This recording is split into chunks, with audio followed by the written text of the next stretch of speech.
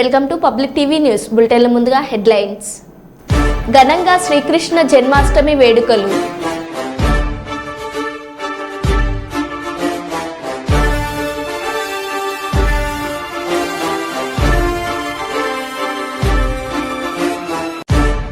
తుడి పట్టణంలో గంజాయి మత్తులో యువకుడు వీరంగం.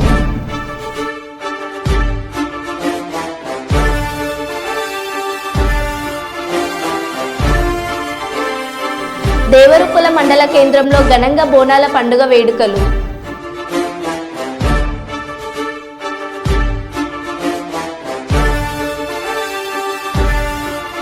సుల్తానాబాద్లో మినీ స్టేడియం ఏర్పాటుకు కృషి చేస్తానన్నారు పెద్దపల్లి ఎమ్మెల్యే.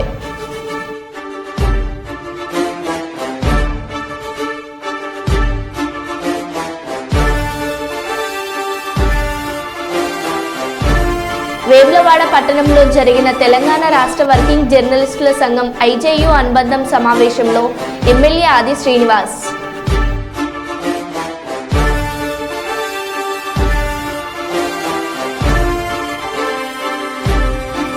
ఇక వివరాల్లోకి వెళ్తే, మహారాష్ట్రలో భారీ వర్షాలు దంచుకొడుతున్నాయి. దీంతో నాసిక్ జిల్లాలో గోదావరి నది ఉప్పొంగి ప్రవహిస్తుంది. నది ఒడ్డున గల ఆలయాలు పూర్తిగా నీటిలో మునిగిపోయాయి. ఇందుకు సంబంధించిన చిత్రాలు, వీడియోలు వైరల్ అవుతున్నాయి. గోదావరి ఉధృతి దృష్ట్యా ఎవరూ నది ఒడ్డుకు వెళ్లొద్దని స్థానిక అధికారులు విజ్ఞప్తి చేశారు. గంగాపూర్ డ్యాం నుంచి ఆదివారం నీటిని విడుదల చేయడంతో గోదావరి నీటి మట్టం పెరిగింది. దీంతో రాంగూడ్ ప్రాంతంలోని పలు ఆలయాలు నీట మునిగాయి.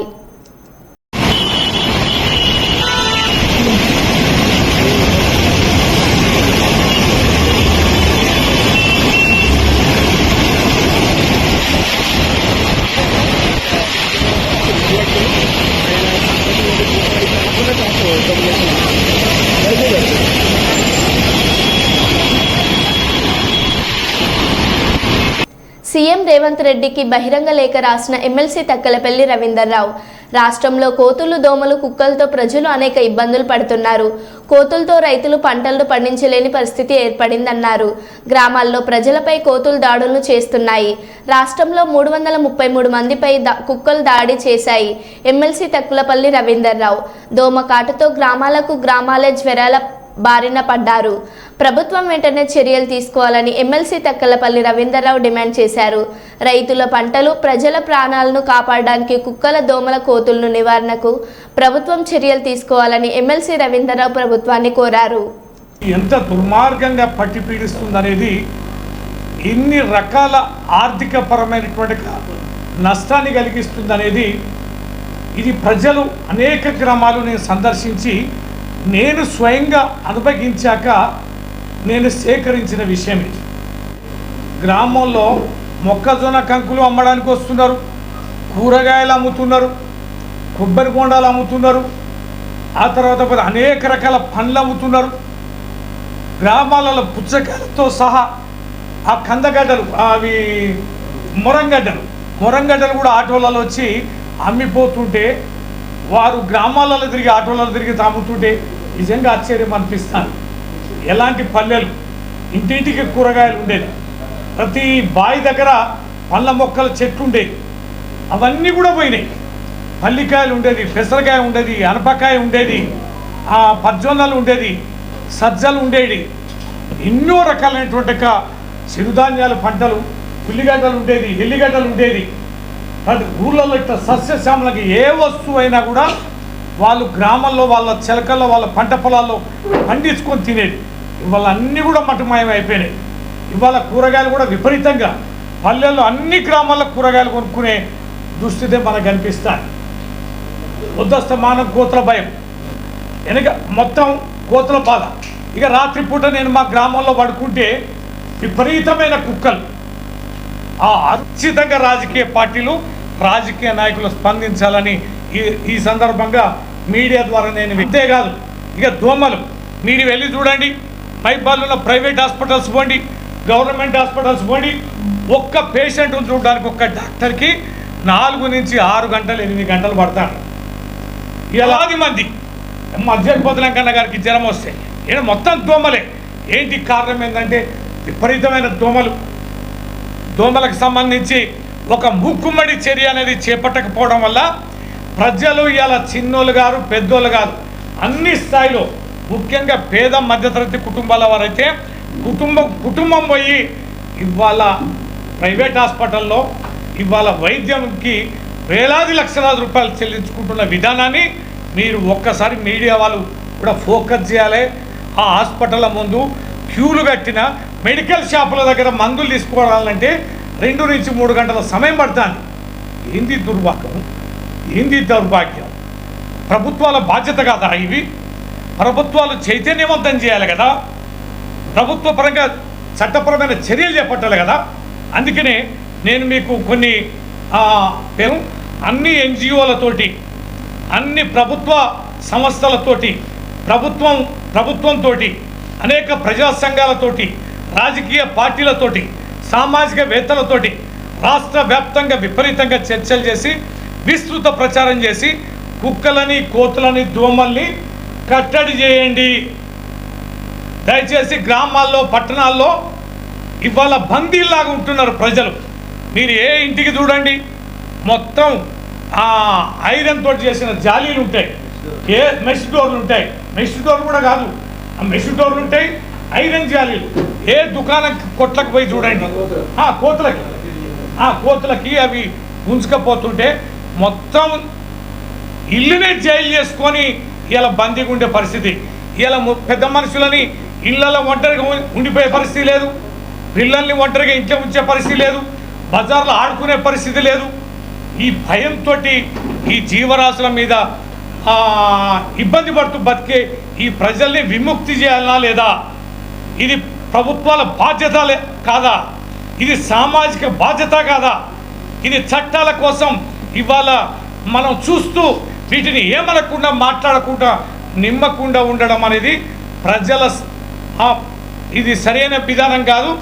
వీటిపైన తీవ్రంగా స్పందించి పోరాటం చేసి అవసరం అనుకుంటే ప్రభుత్వాలపైన ఒత్తిడి తీసుకొచ్చి, చట్టాల మార్పులు తీసుకొచ్చి, న్యాయస్థానాలపైన కూడా ఒత్తిడి తీసుకొచ్చి ప్రజలకు రక్షణ కల్పించాల్సిన బాధ్యత ఈ అంశానికి సంబంధించి ఉందని చెప్తూ మీ అందరు కూడా మీడియా వారికి ఈ బ్రీఫ్ నోట్కి సంబంధించి దీన్ని పంపిణీ చేయాల్సిందిగా కోరుతున్నా. అలాగే విజ్ఞప్తి చేస్తున్నా, వారికి కూడా బహిరంగ లేఖ నేను ఈ సందర్భంగా ఇస్తున్నా. కర్నూలు పట్టణం సి క్యాంపు నందుగల శౌర్య హోండా 4వ వార్షికోత్సవం సందర్భంగా వారి యాజమాన్యం ఆహ్వానం మేరకు ముఖ్య అతిథులుగా పాల్గొన్న పాణ్యం ఎమ్మెల్యే శ్రీమతి గౌరు చరితారెడ్డి. ఈ కార్యక్రమంలో కేవీ సుబ్బారెడ్డి, ఇంజనీరింగ్ విద్యా సంస్థల అధినేత కేవీ సుబ్బారెడ్డి గారు, కార్పొరేటర్ పద్మలత రెడ్డి గారు, షోరూం యజమాని విష్ణుమోహన్ రెడ్డి తదితరులు పాల్గొన్నారు.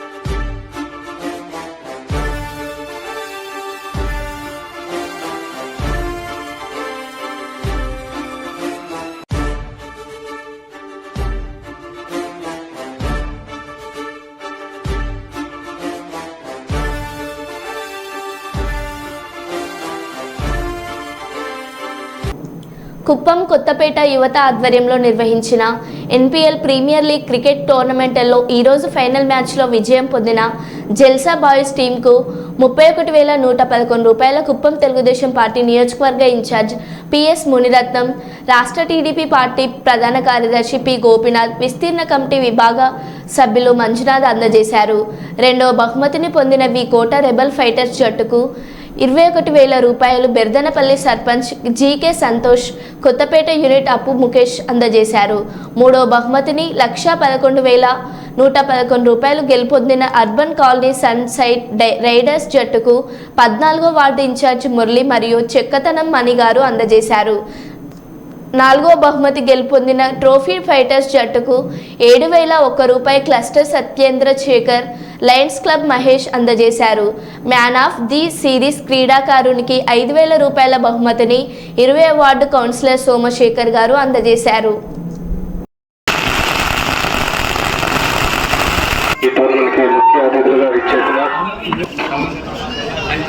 మన కుప్పం ఏఎన్సీ మాజీ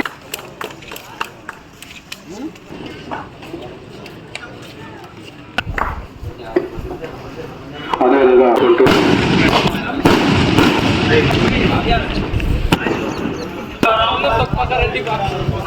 ఈరోజు చాలా బ్రహ్మాండంగా స్పేస్ కానీ ఎడ్యుకేషన్ సంబంధించింది కానీ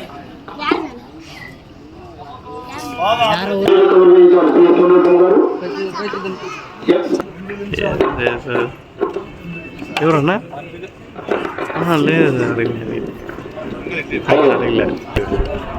5.5 అనే విధంగా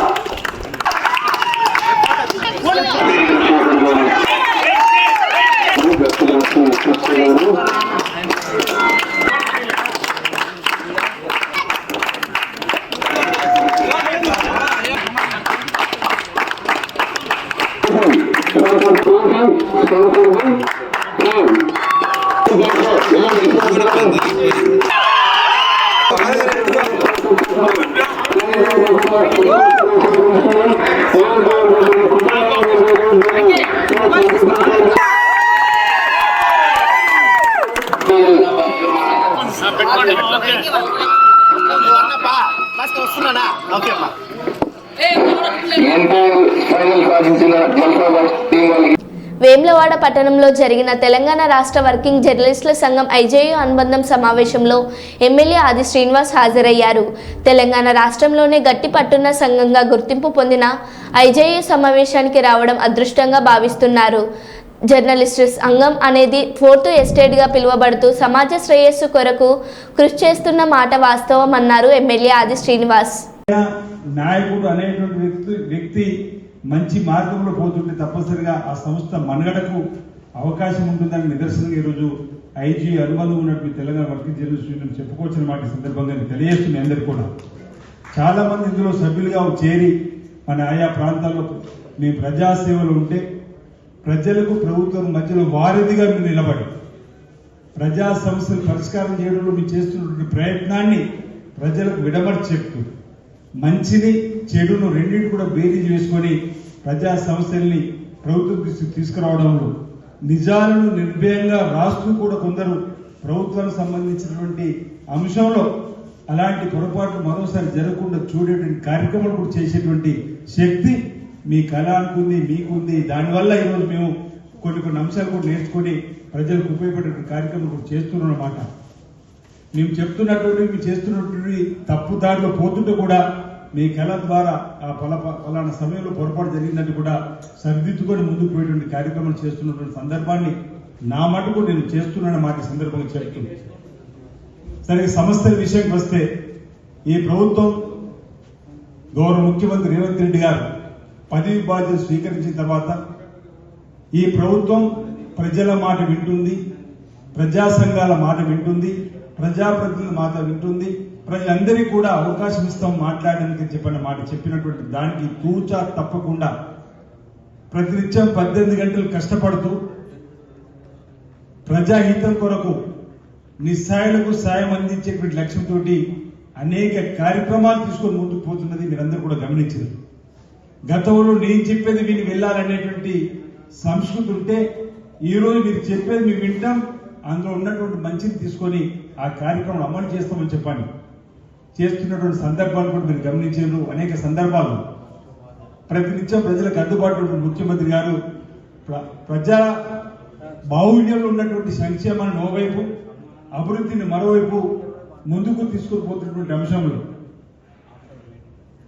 రాష్ట్ర వ్యాప్తంగా జర్నలిస్టులకు సంబంధించినటువంటి సమస్యల పరిష్కారం కోసం కూడా చేసే ప్రయత్నంలో భాగంగా 8 మాసాలైంది ప్రభుత్వం వచ్చింది. మొదటి 100 రోజులు ఎక్కడేమిందో తినడానికి అసలు ఈ రాష్ట్ర ప్రభుత్వంలో గత 10 సంవత్సరాల పరిపాలనలో జరిగినటువంటి విధ్వంసం అనుకుందాం, జరిగినటువంటి నష్టమే అనుకుందాం. 7 లక్షల కోట్ల అప్పుతో ఈ రాష్ట్ర ప్రభుత్వం వచ్చిన తర్వాత ఏం చేయాలనో తెలుసుకోవడానికి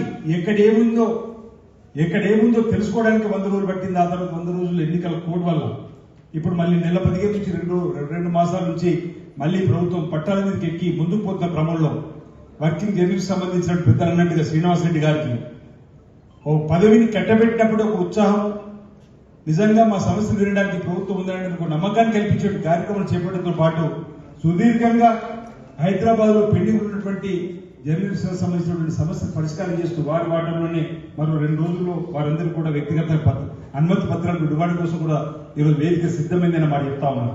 ఇంకా 1000 కుటుంబాలకు సంబంధించిన అంశం అంటే ఏ తెలంగాణ కోసం అయితే పోరాటం చేసినటువంటి వారిని కూడా గుర్తించకుండా. కాకినాడ జిల్లా తుని పట్టణంలో గంజాయి మత్తులో యువకుడు వీరంగం. ఒంటిపై బట్టలు లేకుండా రోడ్డుపై ప్రయాణికులను భయపెడుతున్న మందుబాబు. చంపేస్తారంటూ కేకలు వేస్తూ రోడ్డుపై పరుగులు తీస్తున్న వైనం. మద్యం మత్తులో ఉన్న యువకుడిని ప్రభుత్వ ఆసుపత్రికి తరలించిన స్థానికులు.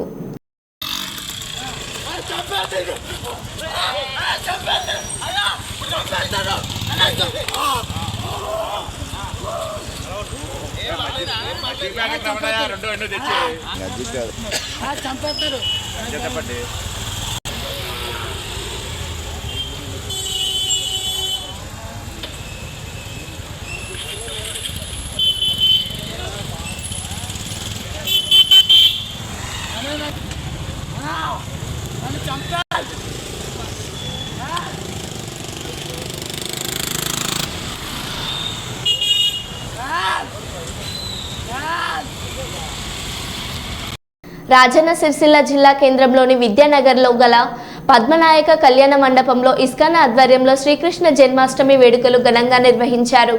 ఉదయం అభిషేకం, దర్శనం, హారతి, హరినామ జప యజ్ఞం, రాజభోగ హారతి, మహాభిషేకం, మంగళహారతి, మహాసంకీర్తనం, ప్రత్యేక కార్యక్రమాలు నిర్వహించారు.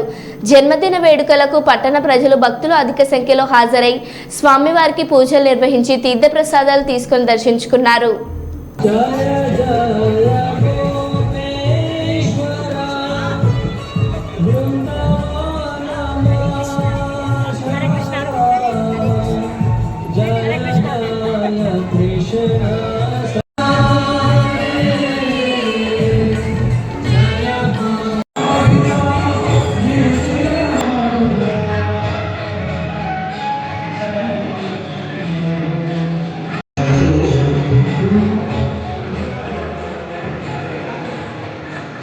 అన్నగారు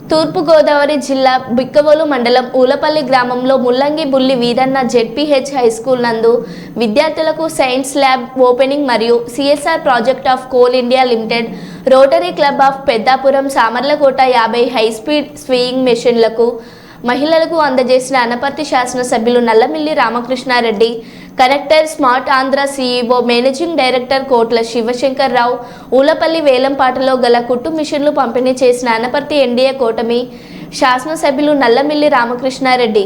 ఈ కార్యక్రమానికి డివిఆర్ పోసానిరావు, సుబ్బారావు, గ్రామ సర్పంచ్ బండారి రమ్య, తొండపు సురేష్ కుమార్ రెడ్డి, అశోక్ మరియు సచివాలయం సిబ్బంది, ఎన్డీఏ నాయకులు, కార్యకర్తలు పాల్గొన్నారు.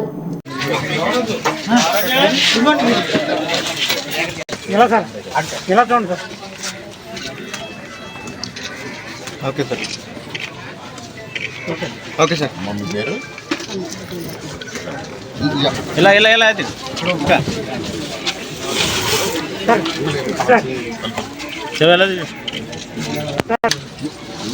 సార్ కొంచెం చేతి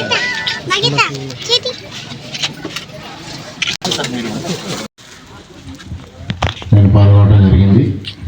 ముఖ్యంగా ఒక పక్క శివశంకర్రావు గారు, మరో పక్క రోటరీ క్లబ్ పోషా గారు, రోటరీ క్లబ్ ప్రతినిధులు ఉండడం చాలా సంతోషం. మరి వీరందరూ ఒక సామాజిక కార్యక్రమం చేపట్టడం, ఆ సామాజిక కార్యక్రమానిలో ఇవాళ నన్ను భాగస్వామ్యం చేయడం చాలా సంతోషం. ఇవాళ ఈ కార్యక్రమానికి మరి ప్రముఖ పాత్ర పోషించి తన స్వగ్రామంలో మంచి కార్యక్రమాలు చేపట్టాలి అనే ఉద్దేశంతో స్మార్ట్ ఆంధ్ర CEO శివశంకర్రావు గారు ముందుకు రావడం, వారికి రోటరీ తరఫు నుంచి గవర్నర్ గారు, పోషా గారు, వారి బృందం వారికి సహాయ సహకారాలు అందించి ఈ కార్యక్రమాన్ని చేపట్టడం జరిగింది.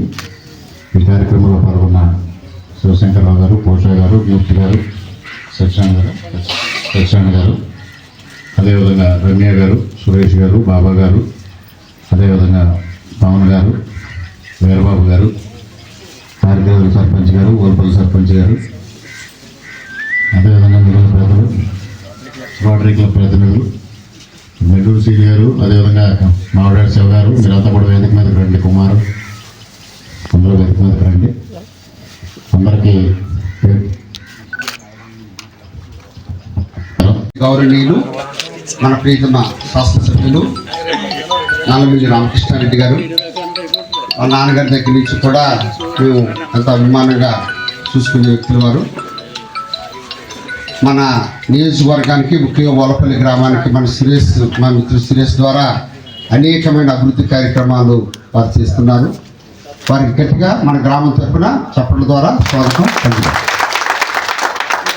ఈ కార్యక్రమాన్ని మరి ఇన్ని జిల్లాలు, ఇన్ని గ్రామాలు, ఇన్ని మండలాలు ఉన్నప్పటికీ కూడా ఈ చిన్న గ్రామం అయినటువంటి ఓలపల్లి గ్రామంలో ఇక్కడ పెట్టి ఇక్కడ శిక్షణ అది ఇవ్వడానికి నాకెంతో సహకరించిన రాష్ట్ర స్థాయి రోటరీ క్లబ్ వారికి, ముఖ్యంగా ఈనాటి సమావేశానికి ఇచ్చేసినటువంటి గవర్నర్ గారు, పోషా గారు, మూర్తి గారు, సత్యనారాయణ గారు, ఇంకా వారి మిత్రులు, మరి మన సర్పంచ్ గారు, నా చిన్ననాటి స్నేహితుడు సురేష్ రెడ్డి, మరి అదే రకంగా మరి ఇచ్చేసినటువంటి గ్రామ పెద్దలు, జనసేన, భారతీయ జనతా పార్టీ, తెలుగుదేశం పార్టీకి చెందిన ప్రముఖులు అందరికీ, ఇక్కడ ఇచ్చిన లబ్ధిదారులకి, మీడియా మిత్రులకి అందరికీ కూడా నమస్కారం.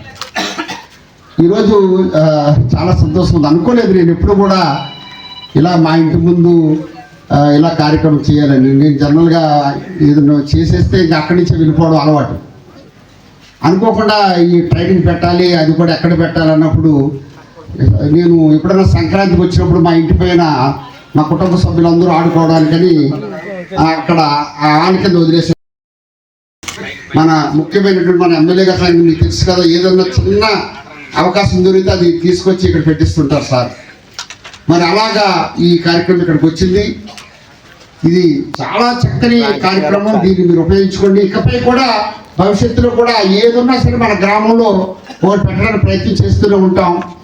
దాన్ని మీరు ఉపయోగించుకొని అభివృద్ధి చెందడానికి ప్రయత్నించారు. అందరూ అంటున్నారు, రోటరీ క్లబ్ నుంచి వచ్చిన వారు అందరూ కూడా మీ గ్రామం చాలా బాగుంది, మా పట్టణం కన్నా బాగుంది, గ్రీనరీ బాగుంది, ప్రజలు బాగున్నారు, చక్కగా నవ్వుతూ ఆనందంగా ఉన్నారు, ఇల్లులు బాగున్నాయి, అందరి ఇంటి ముందు ఏదో చెట్టు ఉంది అంటే అలాగా అందరూ కూడా మన గ్రామాన్ని మెచ్చుకుంటున్నారు. ఇది ఒక్కరితో అవేది కాదు. ఈ గ్రామం అభివృద్ధి అనేది సంఘటితమైనది, సమూహంతో కూడుకున్నది.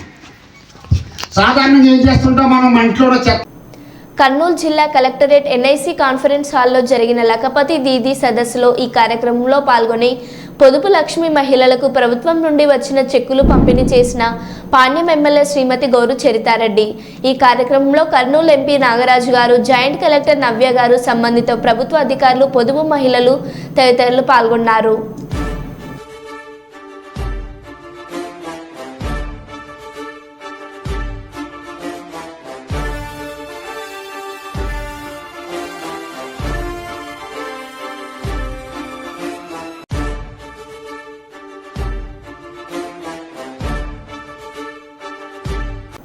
మరో బులెటిన్లో మళ్ళీ కలుద్దాం. Stay tune.